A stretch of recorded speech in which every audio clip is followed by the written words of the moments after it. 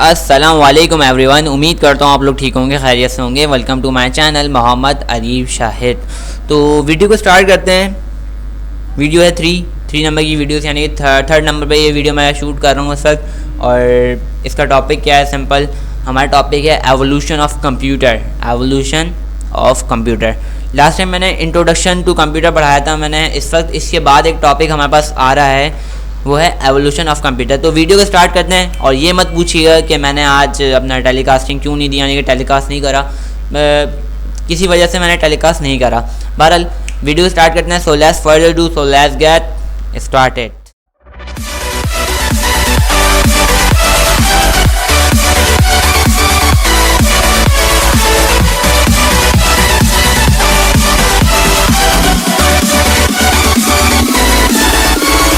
Everyone, आप यहाँ देख सकते हैं मैंने इस वक्त कंप्यूटर साइंस 9th क्लास की बुक इस वक्त ओपन करके रखी हुई है। और मैं थोड़ा सा नीचे आने वाला हूँ इस वक्त, और आप यहाँ देख सकते हैं कि हमारे पास फर्स्ट चैप्टर आ चुका है। फर्स्ट चैप्टर का नाम है फंडामेंटल ऑफ कंप्यूटर, ये इसका टाइटल आया है। और आप यहाँ देख रहे हैं इस वक्त evolution of computer. Last time मैंने जो पढ़ाया था वो था इंट्रोडक्शन टू कंप्यूटर। अब मैं जो पढ़ाने जा रहा हूँ वो है evolution of computer. Evolution of computer से मुराद ऐसे समझ लें कि एक इंसान है, इंसान ही एवोल्यूशन की एक मिसाल है। कहने का मकसद ये है कि जब इंसान पैदा होता है तो छोटा सा होता है, बहुत ज़्यादा छोटा सा होता है, नन्ना मुन्ना सा होता है, सही है। तो उसके 2 साल बाद वो थोड़ा बड़ा हो जाता है, थोड़ा चलना भी शुरू कर देता है। 3 साल बाद थोड़ा सा और अच्छा हो जाता है, बोलना शुरू कर देता है 3 साल 4 साल की उम्र में, सही है। 7 साल की उम्र में नमाज़ पढ़ना शुरू कर देता है। इसी तरीके 10 साल की उम्र में वो कोई 5 क्लास या 6 क्लास में आ जाता है। इसके आगे अगर मैं बोलूँ तो 14 यानी कि 14 साल की उम्र में वो मैट्रिक कर लेता है, बड़ा हो रहा है वक्त के साथ। कद में भी फ़र्क पड़ता है, हाइट भी उसकी बढ़ती है, सही है। तो कहने का मकसद क्या, एवोल्यूशन हो रही है उसकी। पहले कुछ था, फिर बाद में कुछ हुआ, और फिर बाद में कुछ और हो गया। मिसाल के तौर पर मैं आपको ड्राइंग की सूरत में ये समझाऊँ, ड्राइंग की सूरत में समझाता हूँ मैं आपको। ये यहाँ देखें आप, मेरे पास ये एक सर्कल है, सही है। पहले ये ऐसा था, बाद में ये ऐसा हुआ, उसके बाद ये अब ऐसा है, और अब ये ऐसा हो गया, बड़ा हो गया। यानी कि छोटा था, फिर बड़ा हुआ, और फिर बड़ा हो गया। बात समझ में आ रही है? छोटा था, बड़ा हुआ, फिर बड़ा। ये क्या है? एवोल्यूशन है। क्या है? सिंपल एवोल्यूशन, इसको हम बोलते हैं एवोल्यूशन। जैसे इंसान पहले छोटा था, फिर बड़ा हुआ, फिर बड़ा हुआ, फिर बड़ा हुआ, फिर बड़ा हुआ, इसको हम क्या बोलेंगे? एवोल्यूशन। ऐसी जो है कंप्यूटर की भी अपनी एक एवोल्यूशन है, एवोल्यूशन, सही है। एवोल्यूशन समझ में आ गई होगी अब तक यहाँ, यानी कि आई होप यहाँ पर आपको अच्छी तरीके से एवोल्यूशन समझ में आ गई होगी। कंप्यूटर की अपनी एवोल्यूशन है, इंसान की अपनी एवोल्यूशन है, सही है। हर चीज़ की अपनी एक एवोल्यूशन होती है। लेकिन यहाँ पर मैं जिसके बारे में बात करने वाला हूँ वो किसकी एवोल्यूशन है? कंप्यूटर की एवोल्यूशन है। तो आगे स्टार्ट करते हैं। वो हमें यहाँ पे ये बता रहे हैं कि जो सबसे पहली एवोल्यूशन जिसको हम काउंट करते हैं वो है डार्क एज। आप यहाँ देख सकते हैं डार्क एज क्या शो कर रहे हैं? Dark age. इसको मैकेनिकल एरा भी बोलते हैं और डार्क एज भी बोलते हैं। इस बात को ऐसा समझ लें कि हम जो है एवोल्यूशन को 3 पार्ट्स में फर्दर डिवाइडेड करते हैं, 3 पार्ट्स में डिवाइडेड करते हैं। Number 1 mechanical era, number 2 electromechanical era जिसको हम मिडिल एज भी बोलते हैं, number 3 electronic era, modern age भी हम इसको बोलते हैं, मॉडर्न एज। अब बारी बारी सबको समझाता हूँ मैं आपको हो क्या रहा है यहाँ पे। तो भैया हो ये रहा है, मैकेनिकल एरा में जो कंप्यूटर था वो सिर्फ मैकेनिकली यूज़ होता था, यानी कि उसमें कोई करंट नहीं होता था। जैसे आज के दौर में अगर मैं आपको बोलूँ कंप्यूटर के अंदर आप करंट लगा दो तो हाँ बोलूँगा करंट से चल रहा है कंप्यूटर, बात समझ में आ रही है। लेकिन जब मैकेनिकल एरा था तो सिर्फ उसमें मैकेनिकल चीज़ें ही काम करती थी। जैसे हमारी मोटरसाइकिल है, सही, मैकेनिकल है पूरी, उसमें कहीं इलेक्ट्रिक की बात नहीं होती। जैसे इंजन है उसका पूरा क्या है? मैकेनिकल है, अंदर बहुत सारी गरारियाँ लगी हुई हैं और उस पर काम हो रहा है, बात समझ में आ रही है। जिसके वजह टायर उसका मूव करता है, राउंड अप होता है, तो ये क्या है? मैकेनिकल है। तो सिस्टम जो होते थे वो सिर्फ मैकेनिकल हुआ करते थे मैकेनिकल एरा के अंदर। आगे चलते हैं थोड़ा सा। आगे बोल रहे हैं जो मैकेनिकल एरा का पीसी है उसका नाम सबसे जो पहला पीसी है, दुनिया का पहला पीसी भी इसको बोला जाता है, उसका नाम है एबाकॉस। इसका नाम क्या है? एबाकॉस। एबाकॉस जो है दुनिया की पहली मशीन यानी कैलकुलेटिंग मशीन मानी जाती है, जो दुनिया की पहली कैलकुलेटिंग मशीन है। अच्छा, इसके आगे आप देखो क्या लिखा हुआ है, बी सी।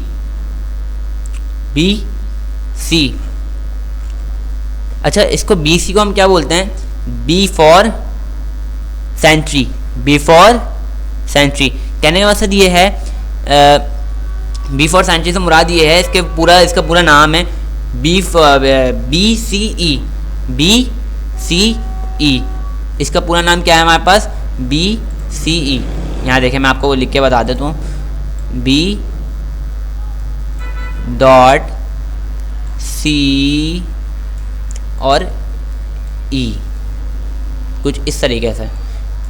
बी सी ई इसका मतलब है before common era. Before common era. B for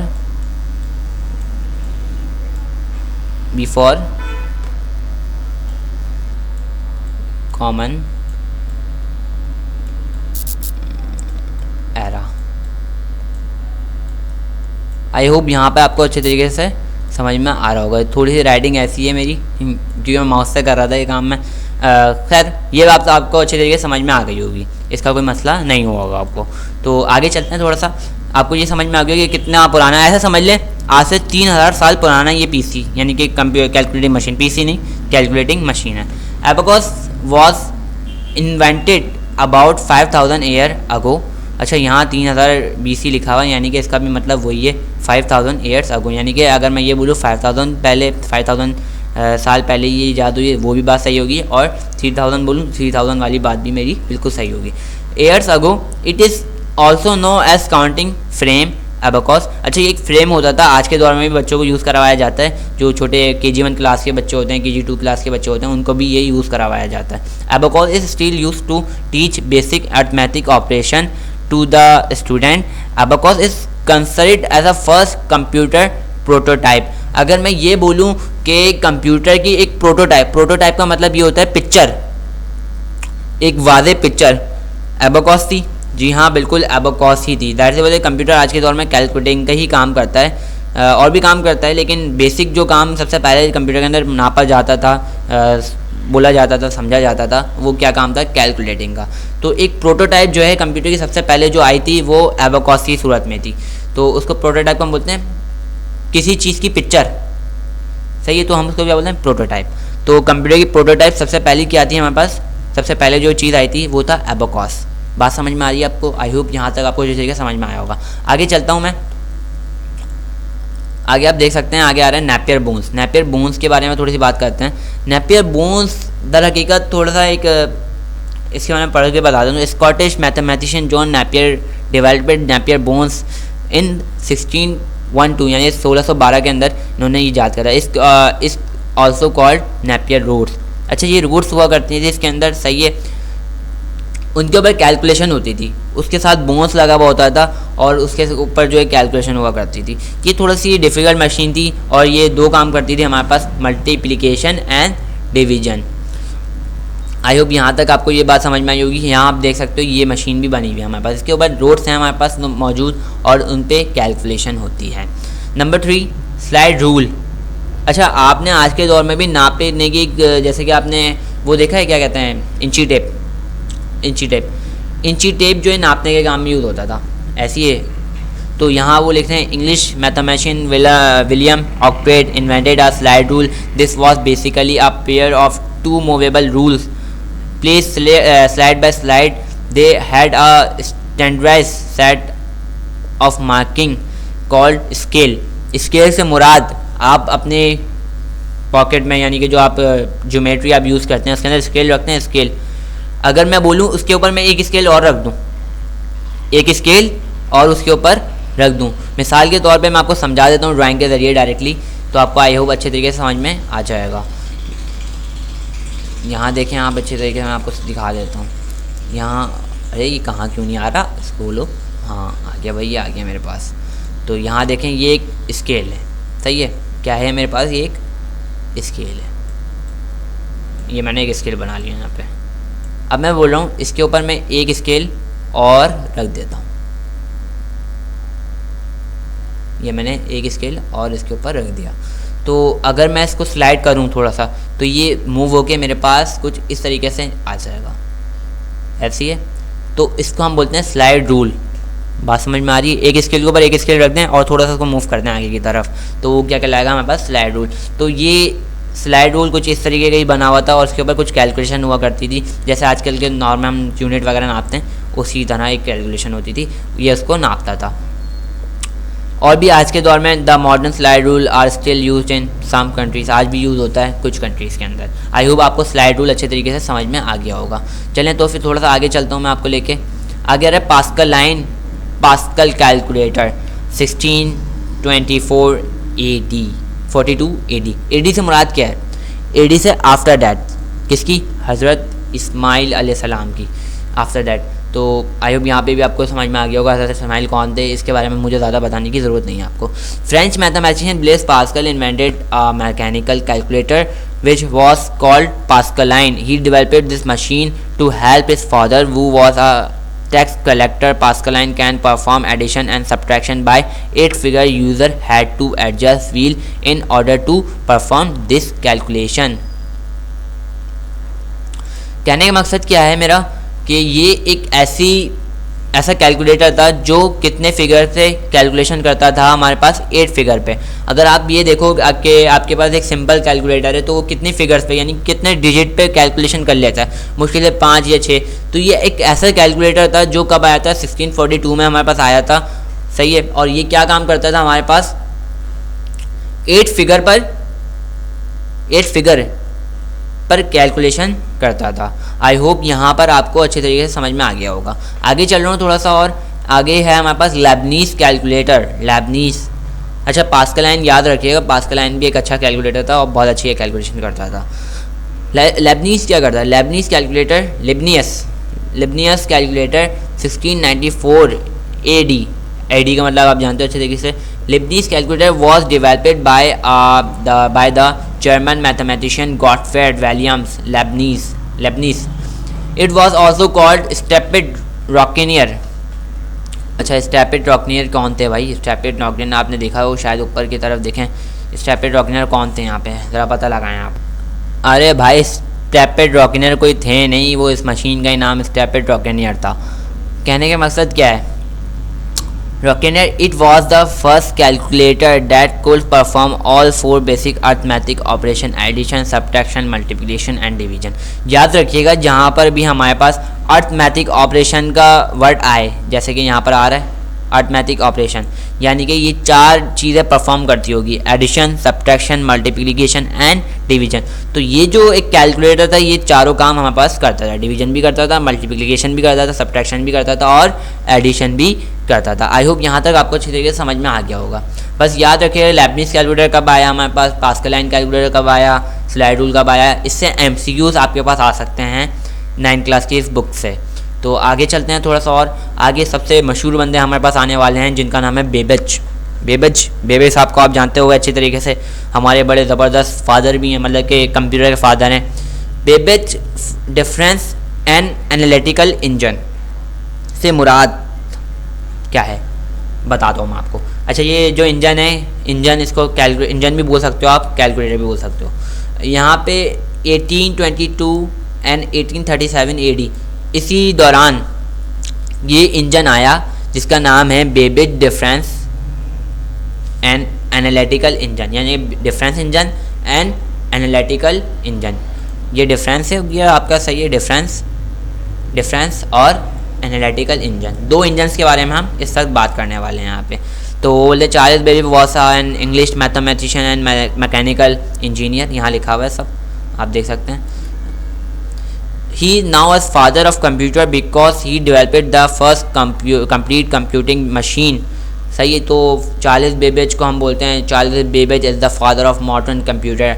सही है, वो इस वजह से बोलते हैं कि उन्होंने इनपुट का हमें तरीका बताया, प्रोसेस कैसे होता है वो क्या तरीका बताया, और ये भी बताया कि आउटपुट हमारे पास कैसे आ रहा होता है। तो ये सब तरीके जो हैं इस मशीन के अंदर इंक्लूड थे, इस वजह से इनको फादर ऑफ कंप्यूटर का एजाज़ मिल गया। और ये इनके बारे में बताया जा रहा है, इंजीनियर थे और कहाँ पढ़ाते थे, ये सब बता रहे हैं। Father of computer because the developed the first complete computer machine, he first invention of difference engine, it was an automatic mechanical calculator, difference engine was a large machine made। ये सब चीज़ें इसके अंदर लिखी हुई हैं, बहुत दीगर चीज़ें इसके अंदर इन्होंने बताई हैं। ये था डिफरेंस इंजन के बारे में कि ये किस तरीके से काम करता था। ये जो डिफरेंस इंजन आप यहाँ नीचे देख रहे हो, इसका सिंपल सा काम है हमारे पास। वो सिंपल सा काम ये है हमारे पास कि ये इनपुट लेता था, प्रोसेस करता था और आउटपुट दे देता था। इसको हम कुछ पंचित कार्ड्स वगैरह पे इसका आउटपुट लेते थे। इसको टाइपर तरीके से, जैसे हम MS वर्ड यूज़ करते हैं ना, उस तरीके से काम करता था ये। इसको कमांड देते थे, सही है, ये इसको प्रोसेस करता था और बाद में इसको पंचित कार्ड पे इसको टाइप करके एक तरीके से दे दिया करता था। तो इस तरीके से इसका काम था। और इसी के तरीका जो है ना एनालिटिकल इंजन भी करता था। बस एनालिटिकल इंजन जो है इस चीज़ को एनालाइज करता था, ये आप क्या दे रहे हो। यहाँ देखें इसके बारे में लिखा है, Then Charles Babbage designed it, but it could not build a very big machine in 1837. This was named analytical engine. The proposed design include an ALU। ALU का मतलब है Arithmetic Logic Unit, यानी कि कैलकुलेशन भी करता था। Programmatic flow control using punched cards and contain integer memory। Historians consider it to be the first design concept of a general purpose computer because of its comprehensive design। यानी कि थोड़ा सा comprehensive भी था और अच्छा भी था काम करने में। और दूसरी बात ALU पे, यानी कि अरिथमेटिक लॉजिक यूनिट पे भी ये काम करता था, यानी कि कैलकुलेशन का काम भी था इसका, प्रोग्रामेटिक फॉलो चार्ट वगैरह का भी काम था इसका। और ये ALU क्या होता है मैं आपको आगे जाके बताऊंगा, ये किस चीज़ में हम यूज़ करते हैं ALU। इसके कॉन्सेप्ट थोड़ा लंबा है, बड़ा है, तो ज़ाहिर सी बात है यहाँ पे बताना सही नहीं होगा। आगे जाके मैं आपको बताऊंगा जब ये वीडियो ख़त्म हो जाएगी, यानी कि वीडियो से बाद जो हमारी और वीडियो आएंगी, पूरे बुक की वीडियोस आएंगी मेरी सारी, तो ज़ाहिर सी बात है उसके अंदर मैं ALU को डिफ़ाइन करूँगा क्या चीज़ होती है। तो अभी आप अपने जहन में रखिएगा ALU कहाँ पर हम लोग यूज़ कर रहे थे। आई होप ये भी आपको अच्छे तरीके से समझ में आ गया होगा। एनालिटिकल इंजन, सही है। तो ये दो काम करता था हमारे पास, फ्लो चार्ट वगैरह बनाता था, सही है, प्रोग्रामेटिक यूजिंग वगैरह के लिए यूज़ होता था, प्रोग्रामिंग वगैरह यानी कि बाइनरी भी मैं खास से इस पर यूज़ हुई होगी, यकीनन ऐसा हुआ होगा जी, जैसे प्रोग्रामिंग टिक बोलते हैं ना, प्रोग्रामेटिक, सही है। तो आगे चलते हैं, थोड़ा सा आगे है इलेक्ट्रोमैकेनिकल एरा, जिसको हम मिडिल एज भी बोल रहे हैं। तो इसकी वीडियो में आपको इसके बाद में वीडियो आएगी, तो उस पर क्लिक करके मेरे चैनल में जाने के बाद आप इसको देख सकते हैं, इस वीडियो को, कोई मसला वाली बात नहीं है। इसकी पूरी प्लेलिस्ट मेरे चैनल के अंदर बनी हुई है, अगर आप वहाँ पे जाओगे तो computer science 9th class computer book की पूरी एक प्लेलिस्ट बनी हुई है, वहाँ पर आप इस वीडियो को देख सकते हो। इसका नाम है electromechanical era, evolution of computer electromechanical era. तो ये वीडियो आप मुझसे देख सकते हो बहुत ईजी तरीके से, कोई मसला वाली बात नहीं है। अगर इसके अंदर आप ऊपर देखो, आप एक एरा वो आ रहा होगा आई बटन का साइन, तो आप वहाँ से भी देख सकते हो, कोई मसले वाली बात नहीं है। तो गाइस आई होप आपको ये वीडियो अच्छे तरीके से पसंद आई होगी। अगर कोई मसला है तो आप मुझसे कमेंट में पूछ सकते हैं, कोई इशू है, कोई प्रॉब्लम है तो आप मुझसे कमेंट में पूछ सकते हैं। Thank you for watching. और हाँ, वीडियो को लाइक कर दिएगा, चैनल को सब्सक्राइब कर दिएगा और फ्रेंड्स को भी बता देगा कि हाँ यार ये चीज़ शुरू हो गई है यहाँ पे, तो लाइक तो कर दिया होगा, सब्सक्राइब भी कर दिया होगा। Thank you for watching and अल्लाह हाफिज़।